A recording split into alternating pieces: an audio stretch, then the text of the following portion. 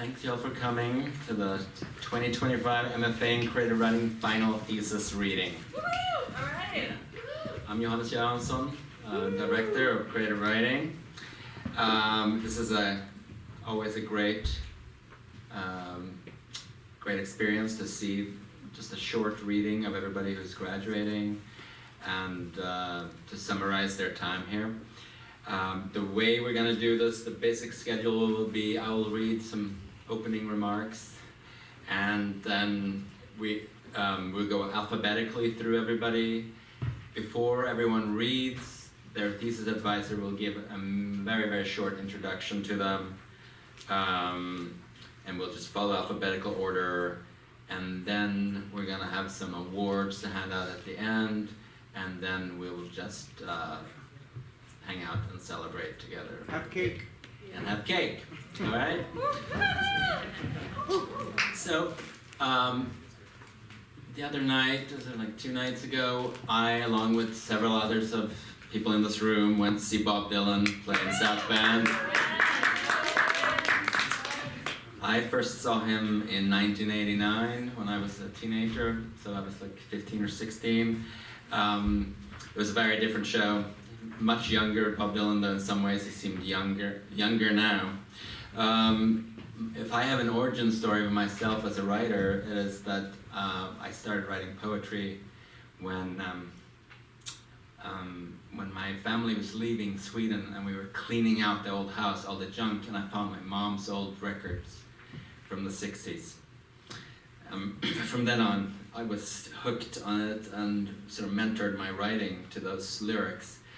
My daughters, however, never liked him, and I've always tried to play music, but they ended up going to this show, and the reason for the transformation is the movie, the biopic, Complete Unknown with Timothée Chalamet. Suddenly they were really interested in Bob Dylan. They wanted me to pay huge amounts of money so that they could go see him play live, and suddenly asking for his songs in the car. Why was this movie so transformative? Could have been Timothée Chalamet. Could have been that the music is just so great that it finally won them over. But I think there's also something else and maybe more elemental, and that is that the movie, however clumsily or not super nuancedly, tells the story of a myth that is really powerful, and it's the myth of an artist's life. It tells the story of how Bob Dylan comes to New York to see Woody Guthrie and catch a spark from him by going to see him in the hospital, and then he joins the folk revival scene in the village in New York, but he's then forced to betray them when he quote-unquote goes electric at the Newport Folk Festival. That is, his friends have become something that held him back, and he has to abolish all friends, ditch all girlfriends, forsake his father figure, Pete Seeger, and so on, in order to follow his artistic vision. I think this is actually, this is a fairly common myth, but it is really powerful, and I don't want to dismiss it. I think that it is actually useful and it is powerful, and to keep that with you, to remind yourself why you do art, to follow your obsessions, and in the words of the modernist Swiss writer Blaise Cendrars, to go all the way in your art. But there's other part of the story, and if you read, for example, Susie Rotello's memoir, that was one of the girlfriends he had to leave behind when he went electric. If you read her memoir, which I just did, is a really kind of a profound image of the scene at that point. We're taught like scenes are supposed to be sort of shallow things, right? Scenesters are shallow people, but what she describes is like a really dynamic place where there's a constant exchange between artists. For example, she brings Dylan to a Brecht show that really influences him, but everybody's sharing books, sharing paintings, sharing songs. Dylan is like taking in all these different songs from really all over the world, and that is actually a huge part, I think, of what then propels him to have to abandon the folk scene. this is a long-winded way to say that you guys are going out into the world, leaving the beautiful world of the MFA. These are both myths, both different versions of art that are important to keep in mind. That is, however unfashionable, the elemental myth of the artist who has to just follow their obsession and dedicate himself totally to the art is really powerful. Keep it in with you, but also surround yourself with interesting people who will give you interesting books and interesting paintings. And we will miss you, but you will go on and do great work. So this evening is for you guys, and I'm really looking forward to hearing your readings. All right, first up tonight is Isabel Boutiette, and Joelle McSweeney is going to introduce her. So, Izzy Boutiette's Shadow Number Opera is a crash course on numbers that never crashes. It never cracks up, and instead is a dazzling ride through a hypercondensed topology where the supermundane and the supramundane operate on the same coordinates. So that the cosmic codex, the koala, the VHS buzzing and resisting in a land full of electronic waste, the human colon with its genetic mishaps and misfiring are all manifestations of mystical form, which can be encountered with human technologies and reveal provocative, ecstatic truths. How tonic to encounter a mysticism so human, so humane, so committed to probe the deep truth without harm. Please welcome Izzy Boutiette.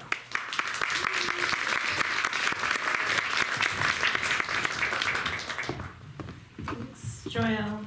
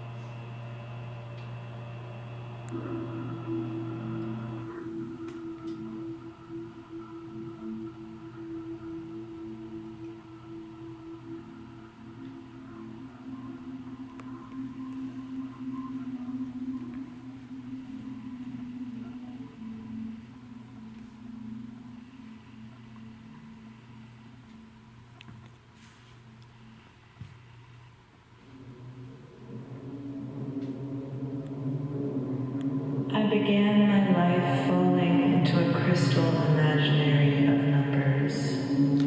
Through mirrors I saw a gawkish snarl, and these were numbers. I just had to look at myself precisely to see the numbers. I was made duplicable, I was copied by numbers. And there was a code that firmed like a house for numbers. A binary code made up of birds and zeros, they were also numbers. And a bug like a decimal flew to sting the numbers. My life was materialized by a crystal imaginary of numbers. My gut contorted by a string of awful or malignant numbers. In plumes I was bit or infested by numbers. When I saw myself in the mirror, all that looked back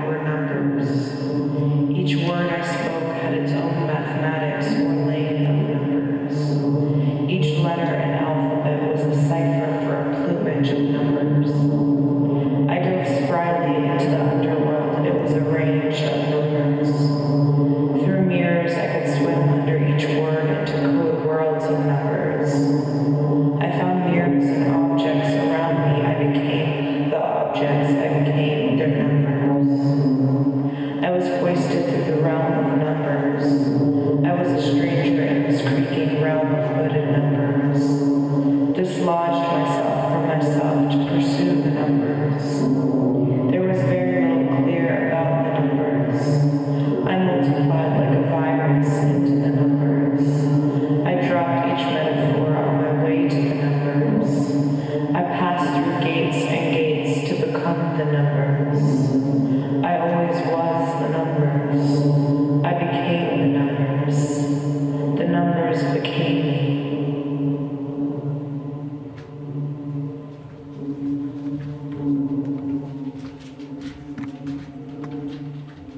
Gematria for Isaac and Pearl.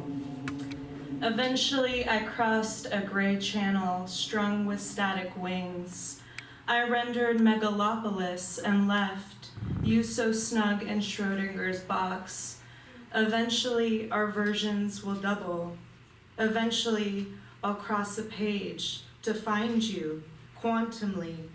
But I'm bugging out at beginnings again. Remote flicking about diced air. I'm knee-deep in code juice, stomping on numbers. Can I catch your signal? Can you tell me something from where you stand? Skim the lint from my diode vision. You cut off again. In the drawl of your dial tone, I heard mirrors predict drought, drought, more drought. Thank you. Great, thank you. Next up, Roy Scranton will introduce Makella Brems. In Makella Brems' novel Mania, a sharp, idealistic young woman from the American Southwest finds herself working as a personal assistant for the head of an environmentally conscious PR company in New York. At first, the young woman, also named Makella, wants to believe that what she's doing is raising public consciousness about climate change and environmental collapse. But as she assists in producing ads for Walmart, Whole Foods, and finally Elon Musk's Tesla, she comes to see her work as greenwashing or worse, manufacturing a false faith in techno-utopian capitalism. That the novel is based on Makella's own experience working for an ad company in New York won't surprise you, nor will the novel's wry intelligence, spiky humor, and earnest passion for the natural world. It's been an honor to work with Makella on her thesis, which wound up being a smart, tightly written, and wickedly funny satire, but a satire ultimately grounded in human relationships and deep care for human beings. While earning her MFA here, Makella's been pretty busy. She's also served as the Notre Dame Environmental Humanities Fellow for the year, organizing an inspired range of programming, and won several honors, including a Notre Dame Presidential Fellowship, an EHUM Under Summer Writing Residency, a graduate fellowship at the Institute for Ethics and the Common Good, and a visiting scholar residency at the Rachel Carson Center in Munich. Not all during her MFA time, because she's also earning a PhD in political science, writing a dissertation on the problems posed to political liberty in an era of catastrophic global warming. Makella's shown herself to be an impressive scholar, thinker, and writer, and I look forward to what I'm certain will be an impressive career. Makella Brems. Thank you, Roy. I am just going to read the prologue to my novel, Mania. And it's weird to say novel. I can't believe I did. I wrote one of those. Okay. That's all you need to know is the prologue. We have to hurry, my father said. I gulped water from my canteen so hard it hurt. The sun had yet to crest, but the heat from yesterday had held fast. My father walked ahead, pack clinking. All but the back of his head disappeared over the rocky ridge. I could see it nodding when he reached the top. This is it, he said. More to the desert than to me. I capped the canteen. The ridge overlooked a dark, lush basin flecked with saguaros. Their stately forms continued over the far side of the ridge and up the distant base of the indigo Mazatzal Mountains. Fine clouds dusted the sky. A lone cactus wren chirped. My father knelt and removed his sweat-stained pack and Stetson hat. He assembled his station with practiced hands, pashad box, mineral spirits, tripod. He motioned for me to get started. I pulled out my own pochade box from my pack, beechwood with brass hardware, a gift for my 13th birthday 2 weeks prior. Inside, a glass palette and panel holder, oil paint tubes, flat hog bristle brushes, a palette knife, and an 8x12 primed and mountain Belgian linen canvas.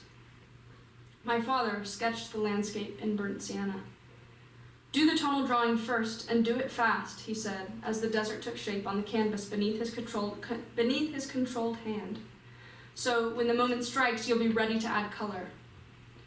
I picked up a brush and scrutinized the landscape, sketching every rock and sagebrush that fell within my line of sight as accurately as I could. In my quest for exactitude, I forgot to blink or breathe. Then the desert inhaled. The sun breached the jagged mountain peaks, shooting yellow beams across the basin. The light spread lower, wider. The saguaro's spiny silhouettes glowed with gold halos. I blinked and gold tears fell, an offering to the desert. Not a drop would be wasted. My father's brush darted across his palette with controlled precision, swirling blues and yellows and greens like the dancers in the Abu Simbel Sun Festival I'd learned about in school. During the festival, the sun aligns with the inner sanctum of the temple of Pharaoh Ramses the Great, where his statue sits beside those of Ra, sun god, Amun, king of gods, and Tha, god of darkness. For a few moments, light pours into the sacred tomb and illuminates the pharaoh and his immortal companions. Only Tha remains in shadow. I dabbed color onto my brush and began again my attempt to render an exact resemblance. The sun climbed, sweat dripped from my chin, another offering. I glanced from my canvas to the desert and back. Something was amiss. The desert sang, my canvas did not. I had painted every plant, cloud, and stone, and not without some skill. So what had gone wrong? I walked over to my father's canvas, which sang, and sang louder as I neared. "How did you," I started, but then I noticed that he had tampered with the reality of things. He had removed a mesquite tree from the background, and in the foreground he had created, ex nihilo, a saguaro. The fabricated saguaro stood beside two real ones, producing a sort of tripartite focal point. "That's not really there," I pointed. My father wiped sweat from his brow and his sleeve. "No, it's not." He studied me, studying the canvas. "You can't just make stuff up," I said. "Sure you can." He took his palette knife and extended the highlight around the edge of the fabricated saguaro as if to drive home his point. "But that's lying," I said. I could feel the sun boring into the crown of my head. "Only kind of," he said. "See?" He gestured to the fabricated saguaro with his palette knife, and then to the second and third, as a conductor might count off a waltz. "The saguaro that's not there helps you see the two that are. Sometimes you have to make things up to convey the truth." Two cactus wrens, now sitting atop the real saguaros before us, flitted their tails. "It's not so much about what you look at," he said, "as what you see. What do you see standing here as a living, sweating part of this place? What is the desert telling you? That's what you want to listen for. How can you share its message? That's what you want to try to paint." I made my way back to my canvas, the dry earth shifting under my feet. I took a deep breath, and I listened. I translated, I painted. Beneath my hand, a faint humming began to sound. Thank you.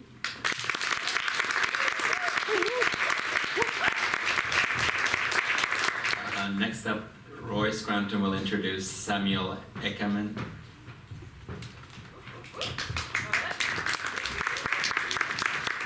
I'm not introducing everybody, just don't worry about it. But I'm very pleased to introduce Samuel. Samuel Ekanem came a long way to get to Notre Dame. His parents were and are subsistence farmers in the Niger Delta and could not afford to send any of their children to college. Samuel recalls rain falling through his family's thatched roof, which had been damaged by a storm, extinguishing the kerosene lamp by which he was doing his homework.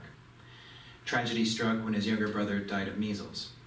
But helped by a high school teacher who recognized his intellect and talent, Samuel was able to attend the University of Uyo, where he worked his way through college and, after graduating, joined the Nigerian National Youth Service Corps, where he was recognized with a State Honors Award and a Presidential Honors Award. Samuel's background and work with the National Youth Service Corps inform the subtle, ironic, closely observed stories in his magnificent thesis, The Basilica of the Sacred Heart, which shows us characters caught between worlds, navigating moments of transition and confusion, struggling with grief, belonging, and sudden turns of fate. There's a wisdom in Samuel's stories that transcends his years, and an attention to spoken language and emotional nuance that vividly bring that wisdom to life. Samuel's writing offers profound insight into contemporary Nigerian life, the immigrant experience, and the human heart. I hope we get to see more. Samuel.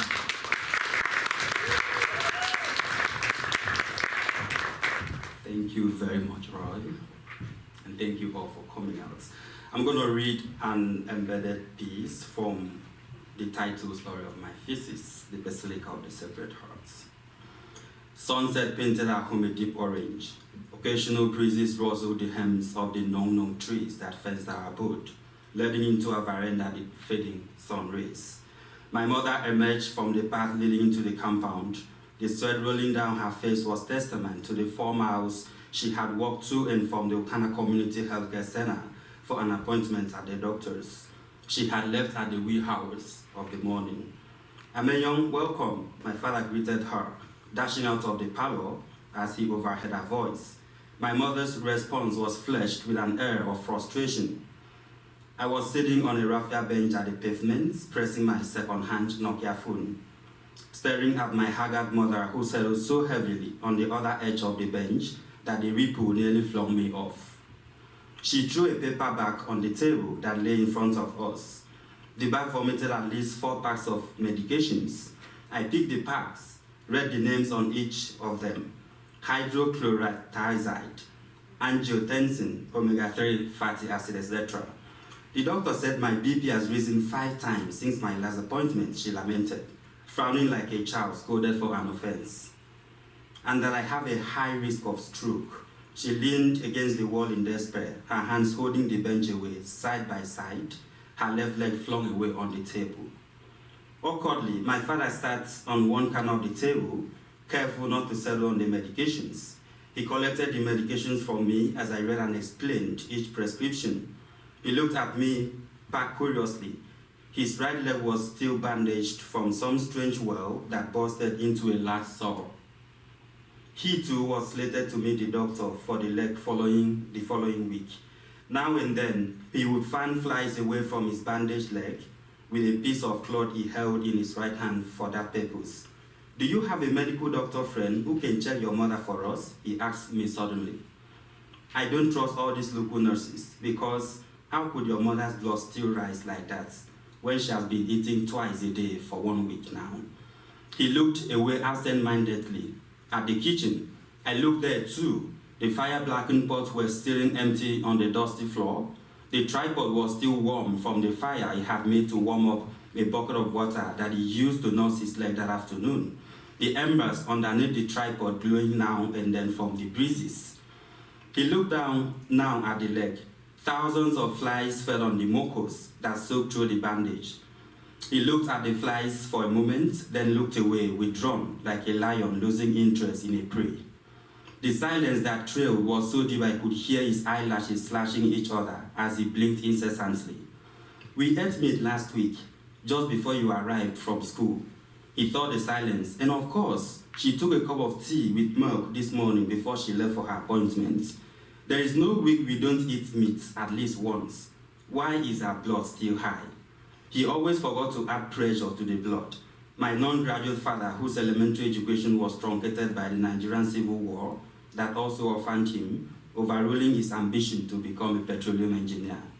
"Yes, I do," I told him, more to undo his worries and retrieve his mind than to genuinely answer his questions. "I have a doctor friend. I always assured my parents that I had things, could do things, whether I could do or had those things or not. It gave them confidence." "Is he your classmate?" He turned to me, his brows raised higher, the wrinkles on his forehead growing deeper. "I mean your doctor friend." "No," I said. "He works at the teaching hospital. He's a friend and he could help me take a look at Mom." From that, my mother sat up and turned to me. "Would he need me to come to your university to get my drugs?" Not necessarily. I could bring him home with me. He is my very good friend. I was not sure Dr. Opono, this doctor friend of mine, would have the time to come all the way down to my countryside. But saying so brought the relief to my mother, the relief she needed at the moment. It had deflated the tension that was rattling her, the anxiety that further heightened her blood pressure. That relief lasted in her, made her sleep better, deeper, and more often, at least throughout the week that I spent at home during my midterm break. Maybe that was all the blood pressure medication she needed, that psychological relief. Thank you.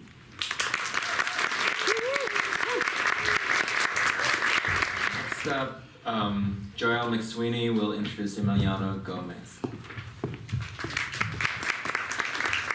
So now it is my pleasure to introduce Emiliano Gomez, whose thesis title, Go for the Gusto, is an alarmingly encouraging commitment to life as it might be next.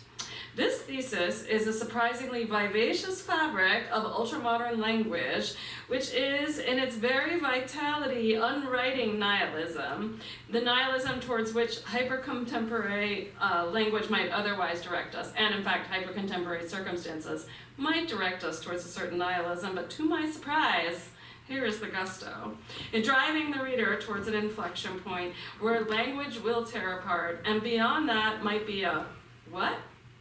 Brain death, heat death, enigma beyond enigma, as Sorwana might write. And infinity folds itself into this fabric. Its ever-ramifying set of syntaxes, go codes, conditionals, mirror forms, repetitions, quatrains, enigma upon enigma indeed. Ladies and gents, Emiliano Gomez. Antisocial extrovert. Glory is a moment. A mountain is infinitesimal movement. I shirk embarrassment. The reward is amazing. Pearls of ice. Feather claws of running falls. Facebook gets a lot of shit, but Facebook was glorious. Greed, the aversion to the frailty of a self. A boy is anxious because he grays prematurely. That is this century. Begin again.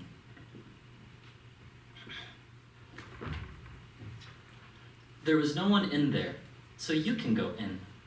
And a little bit of fun ever, yes, did hurt someone. Fatally. You see what happened on the Potomac? As a rock skips, or a record skips, so why can't the president? Age is not marvelous, but wrinkling appearance when we're dazzling.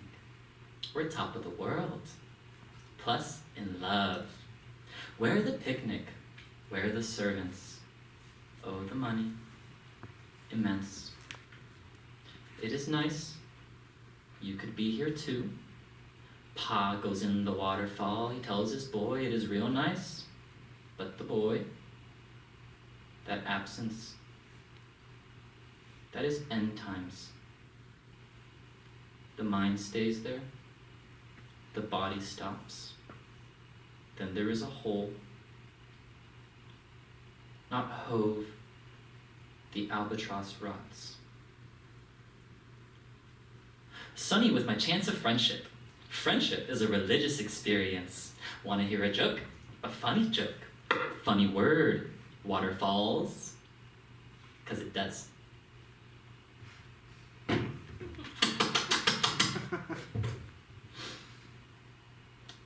Similes to smile to. As our existence is a celestial event, as songs sung to double Dutch, as love at first sight is fuck, as a male without the feathers of a peacock, as once upon a time, as I was raised on sharing, as parenting isn't parenting so much as childing, as my BFFFL bullshit Sean, as a fan in the stands with a t-shirt cannon, as nothing is good nor bad, but air quotes makes it so. As smooth as knowing what you want to hear. Like it rough. Like, oh, so that's what that means. Like the song you love to hate. Like surprise. Like, tell them I lived a wonderful life. Like plans with pals for a long vacation. Like gratitude's gargantuan internal grin. Like holding hands on your deathbed. Like green sleeves for 100 hands. Like lickety-split. Like easy to like, easy to love. Like uncontrollable chortles. Like 26 with friends. Sipping margs. Like Taylor Swift ruined music. Like Cher ruined music. Like Chapel Roan ruined music. Like Mind Light. Like reading a poem backwards. Like reading a poem backwards. Like Mind Light. Like Chapel Roan ruined music. Like Taylor Swift ruined music. Like Cher ruined music. As resilience, as there's no outsmarting nature, as whose bright idea was it to turn people into industries, as the poet laureate of the vulgarati, like 26 with friends, sipping margs, like uncontrollable chortles, like easy to like, easy to love, like lickety-split, like green sleeves for 100 hands, like holding hands on your deathbed, like gratitude's gargantuan internal grin, like plans with pals for a long vacation, like tell them I lived a wonderful life.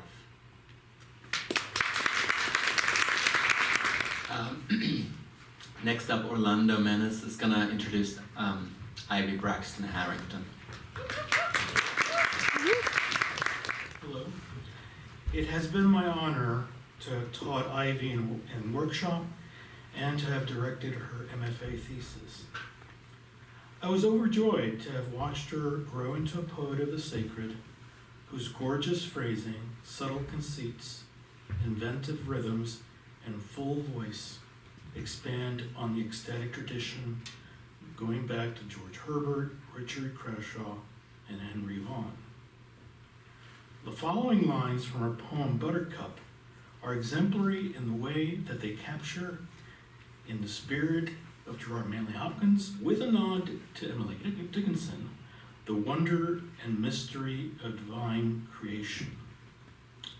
Buds, a slow rolling out in measured openings. Petals, a sweet yellow unfurling, 5 palm of softened sunlight, cut, caught in its glow, open up to rain, and the first silken jewels start their delicate rolling. Please welcome Ivy. Thank you all for being here. I'm now Ivy Davis, recently married. My thesis is a collection of Catholic devotional poetry, and just giving thanks to the gift of faith and God's saints and His creation and His mercy. I thank my parents for encouraging me, my husband for supporting me, and my Lord and Savior Jesus Christ for leading me and lighting the way. First poem is Kenosis, which is Greek for Christ's outpouring of Himself for us and the Incarnation. Diamond droplet strung shroud rustles with the trilling of angels. Their wings of white velvet flutter soft, sweeping sighs of delight in gold-streaked heaven's skies, in bliss, out of bliss. He came down from heaven, His love drove Him to us, and with fresh lungs filled Himself with our air. He breathed, and with great breaths of love arrived, and He became man, and allowed the laceration of flesh perfected, and outpoured love, red and clear, and my God came down from heaven and became man. Snowy Arizona. Tiny warbles of light, almost weightless, through air, water shimmered, and light flecked across green, catching the droplets within each sunbeam. The bushes flash stark against the desert tan, beige. The snow half melted in earnest, some point of convergence. Who could make the earth sing in water and light, aside from the Lord, who is light and waters our rebirth? Each green glimmered in the forward-moving light, with millions of bright white specked points refracting. The theological virtues. Faith, swift breath in your lungs, a fragrance of yes to his love trickles in, heart watered to open acceptance of him, the gardener that guides your believing, enwrapped in requited self-gifting with God. Then blossom shines silky and all petals soft and out-curling reveal virtue anew. As hope bubbles up, joy winged by whisking you sound in the arms of the great promise keeper, long reaching for heaven, great yearning for bliss, for the table prepared, chiming voices of cherubim, silkened petals unfurling, gift upon gift, unrolling, all delicate, slight curl, and then this opens to a love-syruped gift. Charity, sweet love, flits about, seeping into soft heart with soft singing of give, weighing more than a sigh, loving him who leads you to loving the light all reflected in each person's eyes. Love in your ear, letting love overtake you, heart petals so downy with seraphim's eyes. The fourth station, Jesus meets his mother. This was recently read at a Stabat Mater concert performed for the Stations of the Cross by the Magnificat Choir. Effervescent glimmer of the Lord's light, just as beams reflect through droplets in the sunlight. Dawn begins its rising on Jerusalem's shore. Its sun is sweeping through this misty vapor. Liquid, crystalline, crowned his divine sight. Our Lady holds her tears amid this weeping night. As tiny drops of mist refract the power of the sun, Holy Mary shines the glory of her begotten one. Breath of prayer. Almost a gasp, no fickle, aerated intake. Follow a breath feathering its way to heaven, little whimpering prayer, some formless puff of air, unravels from lungs and breathes in love. A safe surrender unfolds, and breath spills out, expelled, expounds, and the hand of prayered air is held, and the breath from which breath was opened ushers the little sigh into the heart of God. Thank you. I'm going to introduce Camille Lendor, who came here from the suddenly controversial nation of Canada. It's been real fun and interesting to work with Camille as a workshop teacher and also as an advisor. When I think about Camille's poetry, I think of it as being largely about media, but with a real attention to the idea that media is something that brings somebody from one place to another. And therefore it almost feels architectural, and sometimes that's literal, like sometimes people go to a bathroom in a mall, other times it's maybe architectural the way a YouTube video can bring one person in contact with somebody else. So maybe architecture as a machine for bringing people together, sometimes with really dire consequences. We tend to think of bringing people together as being inherently good, but sometimes it's, people don't do great things to each other. And in these poems, if the architecture is a machine for bringing people together, then I think the poems is a machine for bringing attention to those movements. And she does it in a real, often sometimes very subtle and sometimes hilarious ways.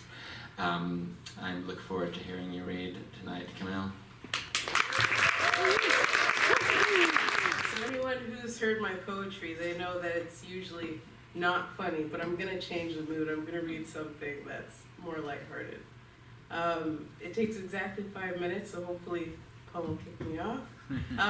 It's a sestina. It's titled Wanting to Try Something New. So wanting to try something new. He stood in the aisle for 15 minutes. Minutes he wasted staring at labels. Labels flashing contemporary aesthetics, bright colors at his work-worn eyes. Eyes too tired to choose whether he will wants. Degree, men's, motion sense, advanced 72-hour antiperspirant and deodorants, ever scent, or Old Spice long-lasting stick, original antiperspirant and deodorant, high-endurance scent, or whether he wants to palm both in his only so big hand. Whether he wants to choose something that's an aluminum antiperspirant or an all-natural deodorant. He scans his two prospective options using an app on his phone. It asks him whether he wants a special case of breast cancer, an early case of dementia, or a reduced population of sperm. Minutes fall behind him as he stands there staring at the labels. His eyes morph the 8 rows in front of him into a wordless, color-streaked blur, with no labels for his eyes to discern which one is what hazard is emitted from what label. These blurs, phosphines of his awareness, start melting off their respective containers. Whether he should call someone is not at the fore of his mind. His eyes have other plans. They follow the color-swirled mass pulling down the once white wire retail racks. He then instead wonders if the fumes from the melting labels are toxic. They likely are.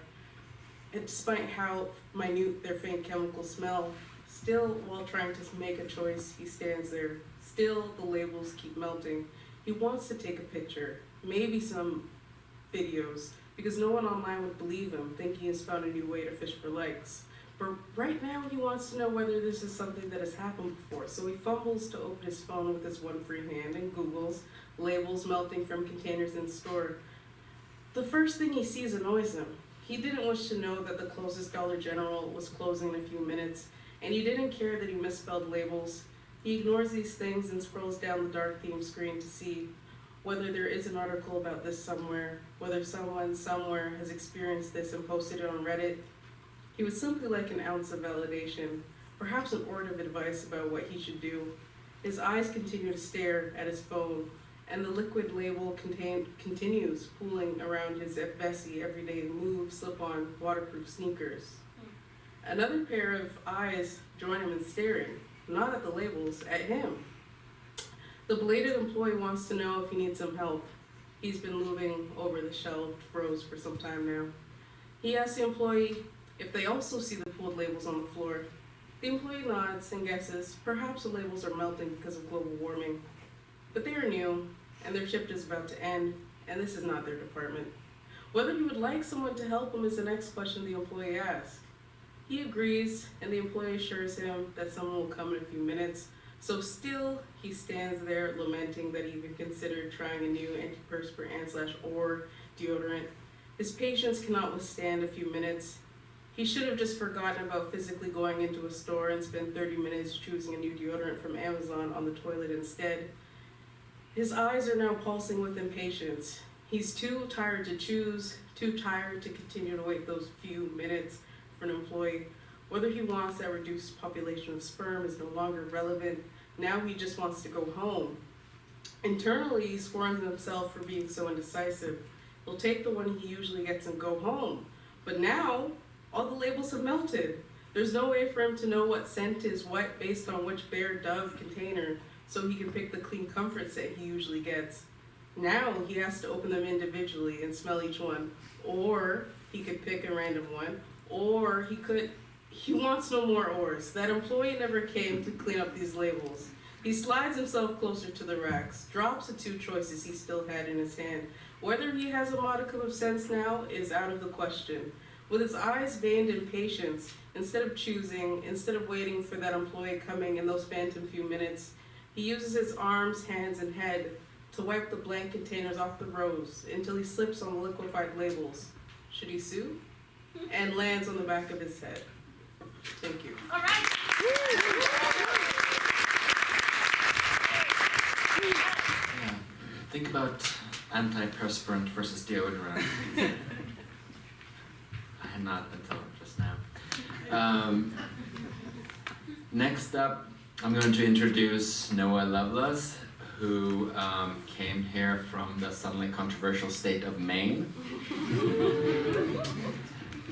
His thesis is, when I think about Noah's thesis, I think maybe less of a conventional thesis collection of poems and more like some kind of provisional capture of a steadily deforming language hoard. It's a hoard of words that are sticky and permutative, constantly changing.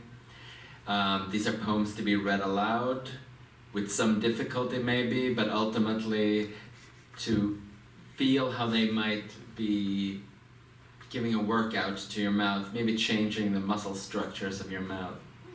A little bit the way learning a foreign language might feel. Noah, welcome up. Oh, awesome, thank you. Yeah, I suppose a kind of workout, yeah. Great, yeah. So this is a poem from a longer poem. So it's a part of a poem. It's a shorter version of the poem. This poem, recently discovered, concerns a figure named Husks. This poem finds him in a scene of disentanglement, self-acclimatized dissension, otherwise unafflicted. Husks, an unmasking of husks, though bloating balloon of husks, that has the has spun dimmed corals cool like, not fit for skin, that balances, spake lapping how some risk, co-collates not fit for skin, that steam, balance, co-collates not fit for skin, that bolstered balance, chin, rut, reaches ton, house husk, a clay block name, standby, pleasance, stored up fingers, fail-proof causes, and streaks felled into mature, none, slade and claim, fine of sprocks that toe, clearance, toe, returning to developing, heels, stuck, returns to developing, full frolics, C, 0.7, 0.1, lead sore, maybe make, fled, maybe stuck, retains cool, card in the tread, hands more opt, glows and more and moreish, mold, cloth of suds, and drenches out both the house and the house bits, and the house bits go while treaded, lumbers, treaded, heave, horse, have hacked, you have hacked and gone placoderm that enters and clogs ears and hinges, sucked jaw, and lumbers nearer and nearer, but gets cumbered by the bushes. Loose the bushes and leave and hacking and eeriness and radial, the instigator pre-replaced says so, reclaimed that it was unspoken, having tall trucks, haven-shaped. Other than that, it is unreflective or otherwise under-reflective. If it, husk, hears, loop out of it, not, hears fit, if it skin that bails, hears, if it booth of it scolded and escarole, little by little bit welcoming, that's the special thing about it, that it is mostly transcendent, transcended, it came and went. Husk, thread, buys bones, freer lest it unspool, confuse me, or you, it will be difficult to stay so. Husk to 12, stratified and quite lovely, not about to, lathe, doesn't leave dry by the bit, it won't be much, or when, ails the said day, dine, thrown, redder, spilt, staticizing, line, hand bone, edged to it, side, maybe it was better time, scores of it, not, for, that is roiled, hums, steering mechanism built into the table, built into the stairs, by the time it got there, was it stung, bustle up, reddish windows, bustles up, why not, Cannot, heat, jump, wilted, bread brick, satyr, to comply, complies, restitute even, mineral spirits, easel-like, scale, with scale, ales out, park, wish it was easel-like to wave, like passenger size or habit, then thumbs, freighted, high flock, evennesses radial in their easing, coursing, each act, and leasing the isolated tracks and resigning at the fledged circles, claim tongue undwelled, as fit as wariness toward the brackishes, onward, certain of loose planted, while leaves struck in the caution of waves of breath that decide on their direction, if not residence, nay, rustle, littler, snare, the stamped, slimming, uninterrupted viewing, how many times can we call, who will answer, where are they, looking at and getting a little more, at its own age, looking with and at tomb hands, such are the labels one receives. Here, the rocks are coming right up, coming up. Rescuer, they have little time that fits neatly, but they huddle. Neatness in form and pleasure and routine. The song has its moments, sucked right up. Awesome, yeah, thank you.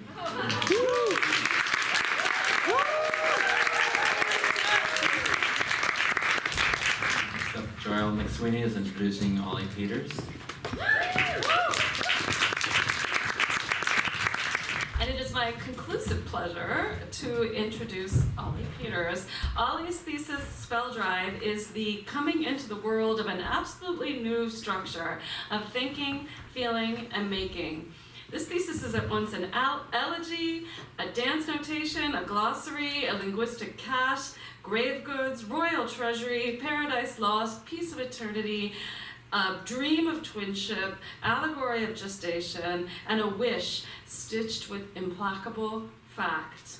It is a new syntax of grief, which recognizes grief's impossible, implacable, yet elastic temporality, in which we find that the present is the place where we are made to bear witness to the past's endless resourcefulness, and that is a resource called futurity. Please join me in welcoming Ollie Peters.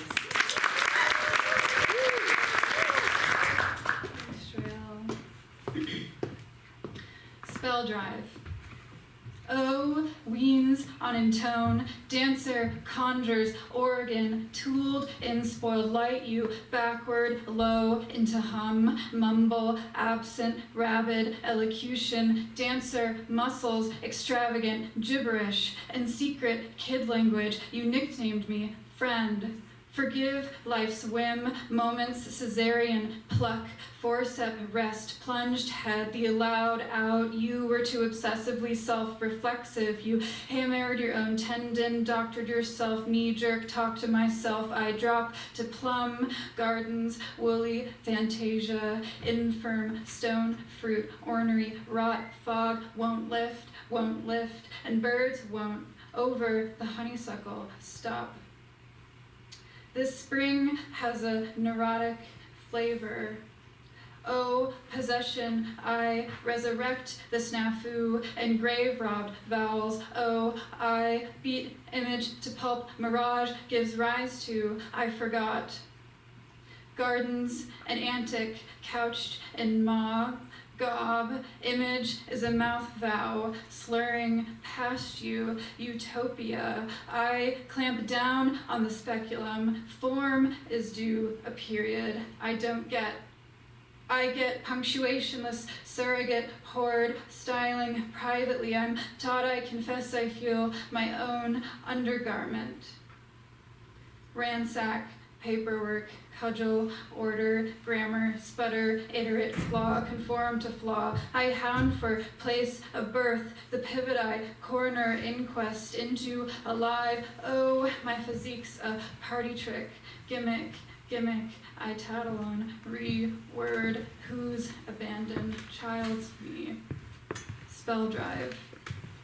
Fungal dancer, spears from tomb, from gutters, rummage I pull, a glassine stomach with milk in it, your name, a liquid-bound innard, gill, spore, paradisiacal lack of tulip, beauty I blank on, your name, and brine and gall, your name, lyric taught me, ecru and nacre, glitz, lure, wrong, metaphor, slot, poem, vehicle, tenor, wrong, gall, ditzy, sty of lyric, forgive my hoggishness, I'm upturning dirt. Spell drive. Crystalloid syllabary, your bray is caught in ping of mutilated thermometer, your phagi ale outperforms spectacle I inform you fake movement, I cluck your poorly gowned tense, forgive my deranged grip, I aim for ovary is not Eden's manifest surplus, you and I a pair of canker sores in impossible's orifice, dancer come clean, your bled through a gory equipoise, beloved deathwork, dancer, volleys, the febrile slang which links scapes, frangon, there, both of us dancer, spoiling clock, gloss, verse, harsh, prow, unruly, snaggle, tooth, I have dancer, bodying, or lodge, all language belated, forgive the lone chest space, dancer goes, oh, I come clean, gouged and am, while future whines for who future taught dead. Thanks.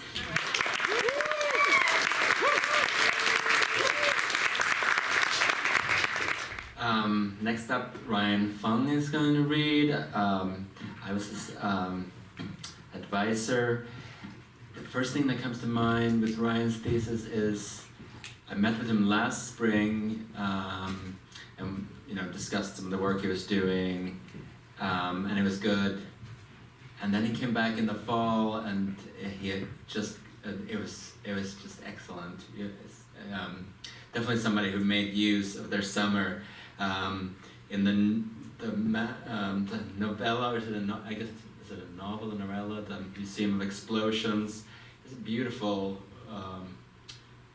It's lyrical and absurd at the same time, and it's absurd and also I feel like a really profound exploration of family in a way that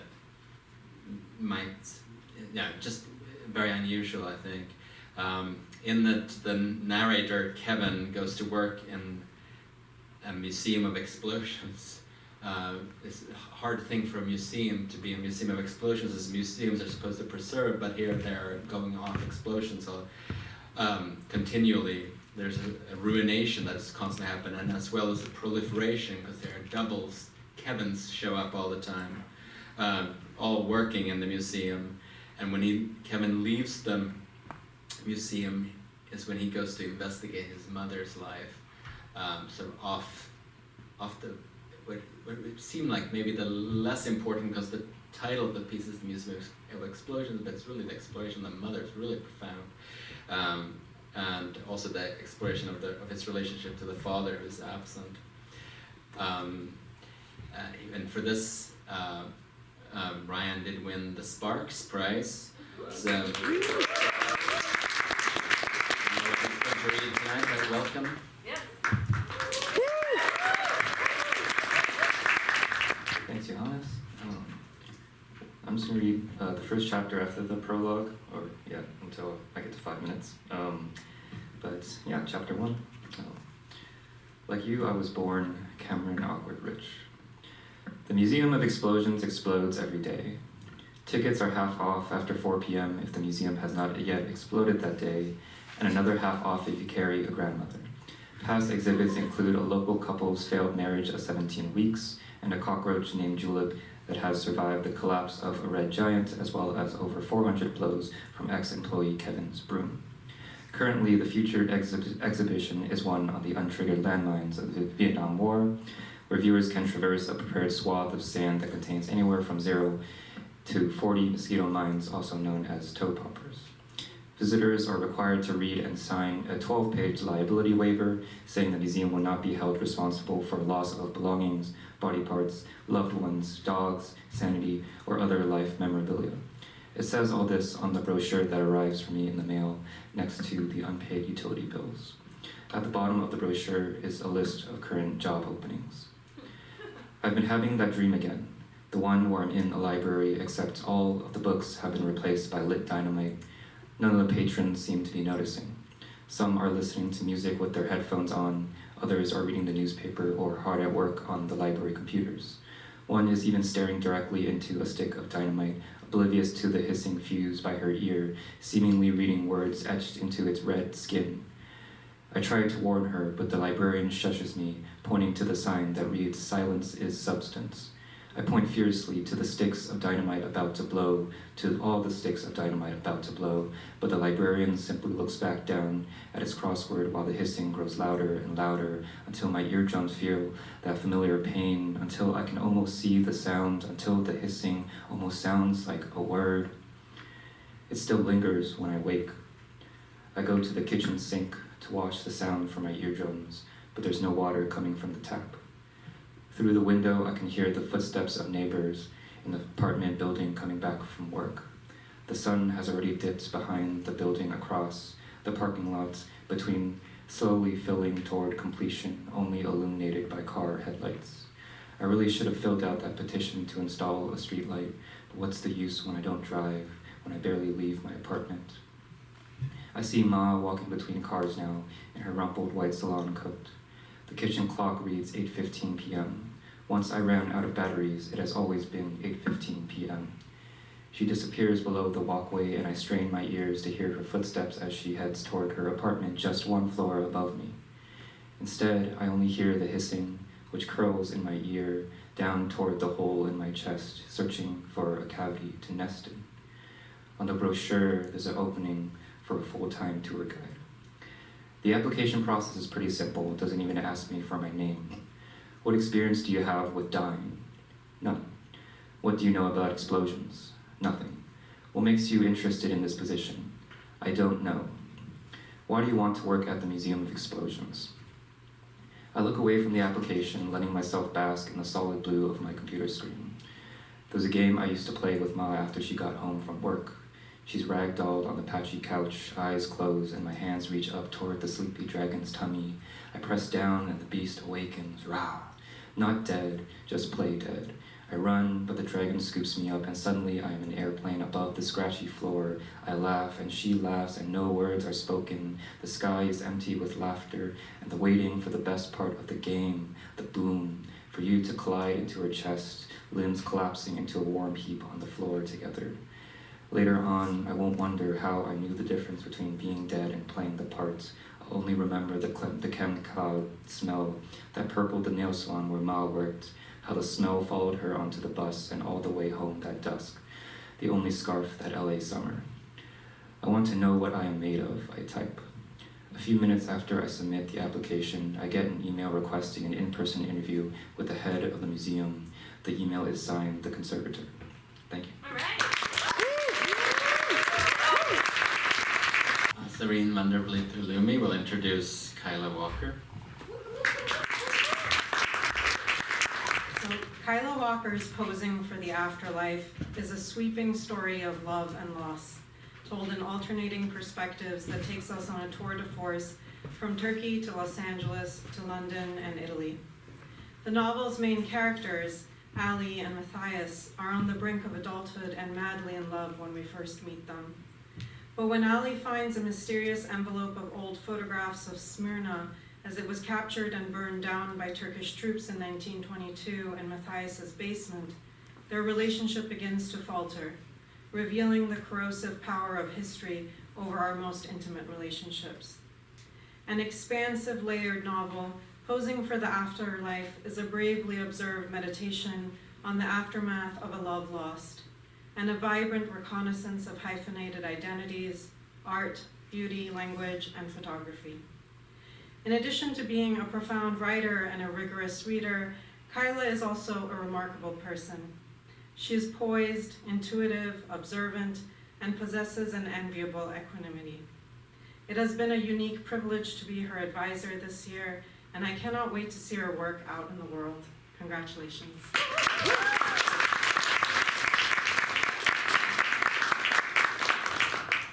Thank you, Azarine, and thank you all for being here tonight. So I'll be reading from the first chapter of my novel, and there is a brief prologue before, but you don't need to know anything besides the title is Posing for the Afterlife. Click. In a half-lit studio on Sunset, the lead photographer tells Alia to look up and over the right side of the lens. She looks over the wrong side. Sweetheart, towards me. Where is me? I can't find you, her voice says, a separate sound from the one within. The photographer steps out of his silhouette on the dark side of the lens and waves with both hands. A crowd of cameras, a crew of 10, and a dozen diffused lights are lined up behind him.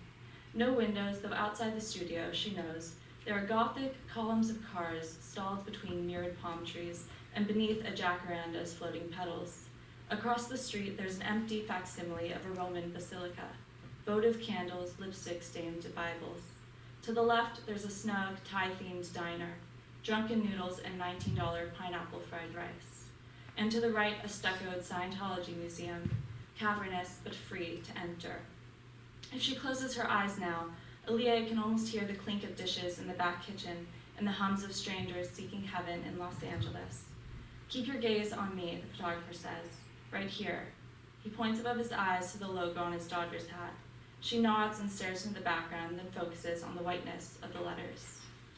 Statuesque, the model keeps still and awaits her next break, already envisioning the camel blue cigarettes she'll pick up from the strip mall 7-Eleven on the east corner of Cahuenga, past the old organic coffee shop and the new spiritual reincarnation center. Already she knows a bald man will hand her a brochure promising soul travel, eternal insurance, and a coworker named Jesus. Click. In the studio, assistants adjust artificial light, indoor umbrellas, soft boxes, a blank collapsible background. Cold brews melt on a foldable table. August sears through their plastic. 2 months until her birthday, Alia counts how many days she has left. She's at the tail end of 24 and no longer imagines she isn't. Instead, she feels every serrated edge of that age. When she began modeling at 17, she was told she'd have 8 years in the industry, maybe 9 if she became a super, but she didn't, not even close. Later, she was told that the industry had grown more spacious, tolerant even, but 25 was still absolute. A death sentence, her agent said. Click. The lead photographer's machine trills. The trigger of the lens usually sounds like a violin or a rifle or a clock, depending on the severity of her mood. However, on this particular Friday morning, she doesn't hear music or war or even time in the camera's click. It catches her off guard. She hasn't seen a photographer in weeks, hasn't heard that specific sound of a moment freezing in almost a month, because for the first time in her career, she took time off. The past 3 weeks to be exact. Well, time is on again, her agent emailed last night. Like a lamp, Alia almost replied. Click. It is her 523rd shoot, but she still isn't used to that sound, the supposed click of a life being pieced together, a blinding clarity caught on film. Sometimes she'll admit to curious strangers over espresso martinis at the chateau that it does feel like an epiphany. Sometimes she'll say that the camera sounds like God opening a latch to Pandora's box with pleasures and miseries only she can feel. Today, however, Alia understands that the click is none of these things. It is just the sound of a door closing softly in the dark. Years ago in Milan, an Italian cab driver told her that in his language, la camera means the room. He said it offhandedly through espresso breath, hoping for a surge of tips from gullible girls in his backseat during Fashion Week, but it was true. He didn't realize how sincerely this one brunette would take it, remembering and repeating his nonchalant translation each time she was on set for a shoot, absorbing its meaning into her bloodstream, believing in this idea of the camera room more than any other. She'd spend the next decade trying to enter the portal of a lens, through halls leading into another dimension, imagining that other world that existed only behind the hands of a man-made machine. Some days, even now, she still believes a perfect version of herself exists inside the world of photographs. With this ideal Alia in her place, a parallel universe continues on, one in which her ex-fiancé follows through, the sea level stays still, her dead friends laugh at the thought of their demise, and youth is a party she's invited to each night. But then she remembers how the borders of the photograph will inevitably become walls her ideal self must too remain eternally trapped inside. Can one ever get out? She recalls what Plato wrote, what Socrates said.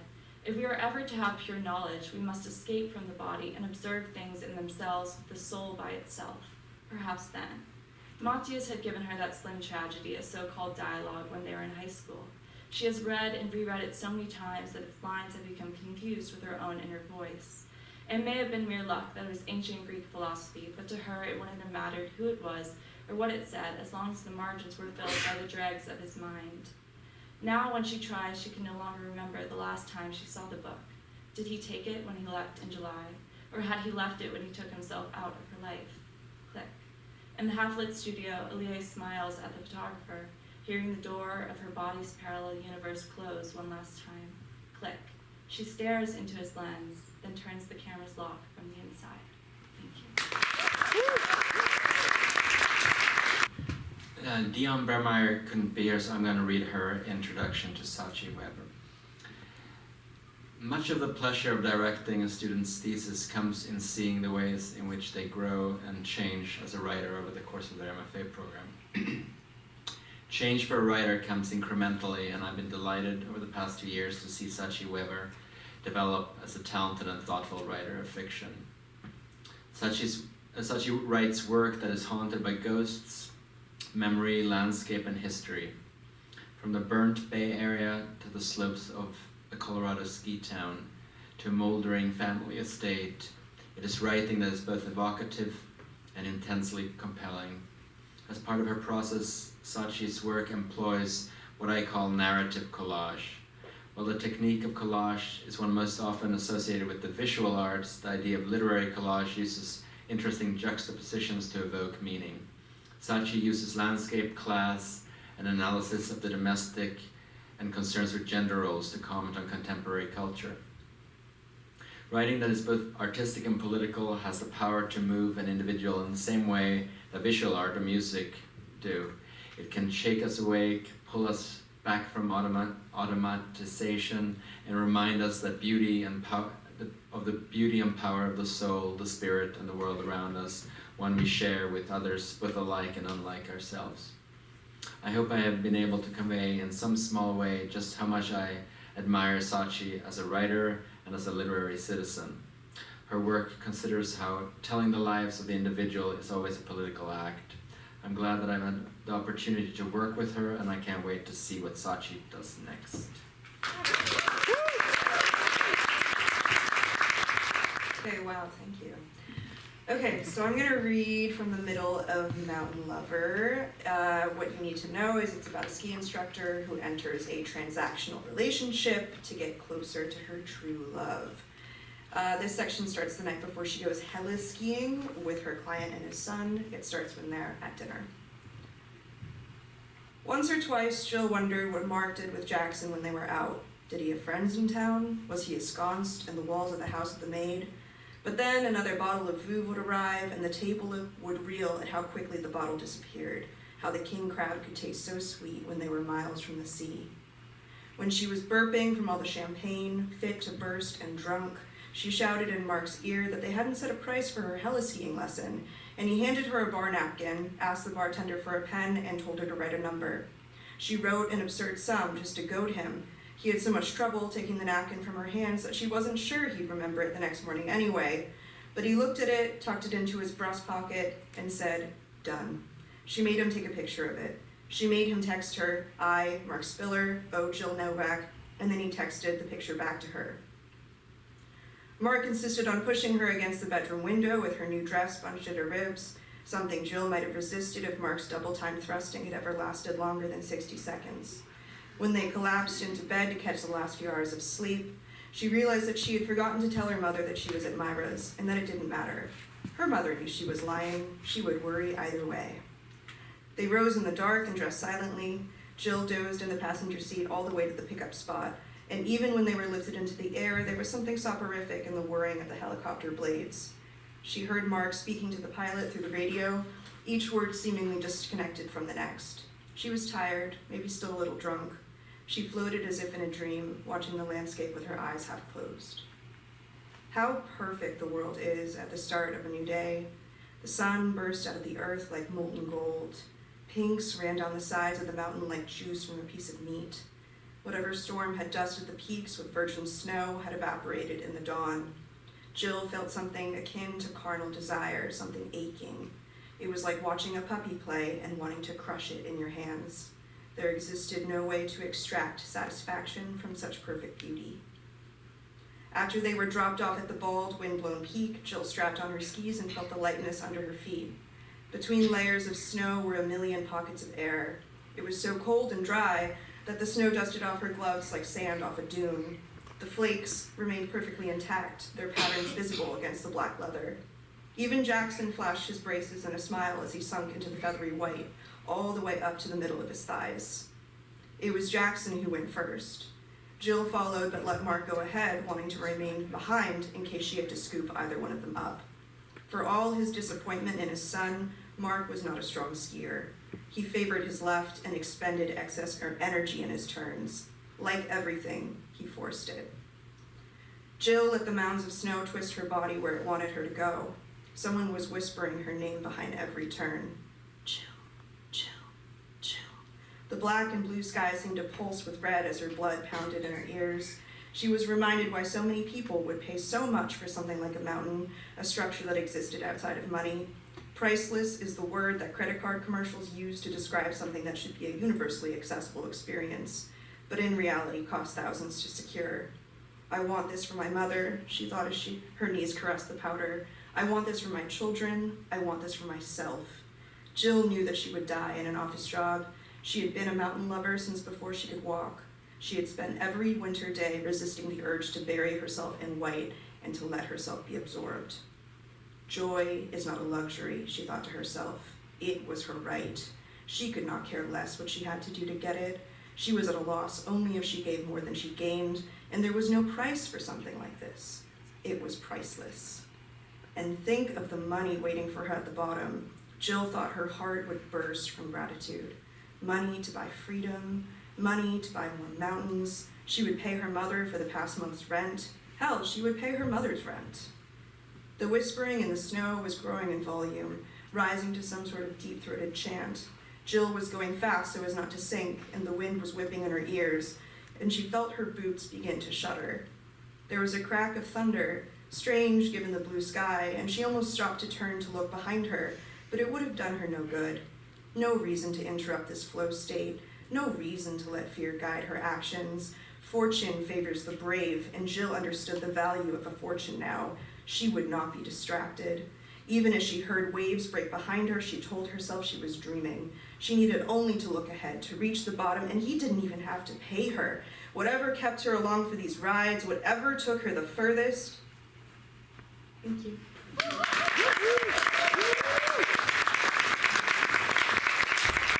All right, great, thank you. Great to hear everybody read. Now we're just going to give out some of these awards. I already mentioned that Ryan Phung got the Sparks Prize Fellowship this year.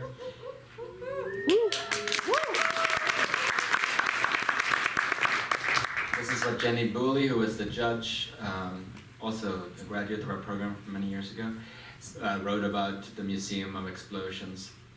Museum of Explosions excites me with its latent potential to explode. I see so much grit and friction and spark in the prose, so many blasts of the imagination, uncharted paths in form and dimension. The framework for a successful takeoff is all embedded in this sampling, and I believe that time to live closely within this project will only engender unexplored worlds of form and content and their endless orbiting. Keep seeking the worlds of this world. Congratulations, Ryan.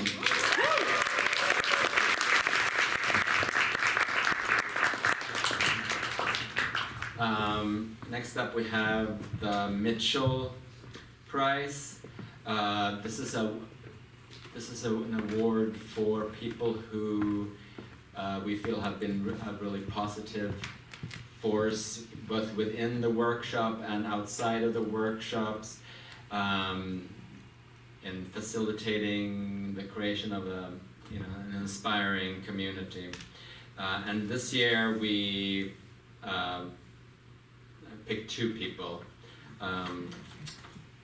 Both were were really deserving of this. And the first one is Isabel Boutiette.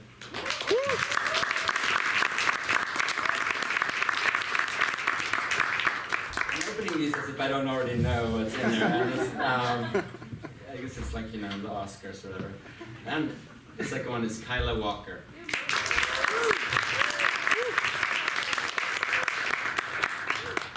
The last award is the HASO Award, which I think, which is supposed to go for as an award for, officially the description is commitment to poetic craft and contribution to the MFA program. And this year we are giving it, this is very hard because there was, I feel like the students in this cohort were incredibly committed to their art. Just exemplary dedication, and achieved great theses by the end. But this year we're giving it for her just incredible ambition of her project, where she works with translation to reinvent the kind of elegy. So this year it's going to Ollie Peters.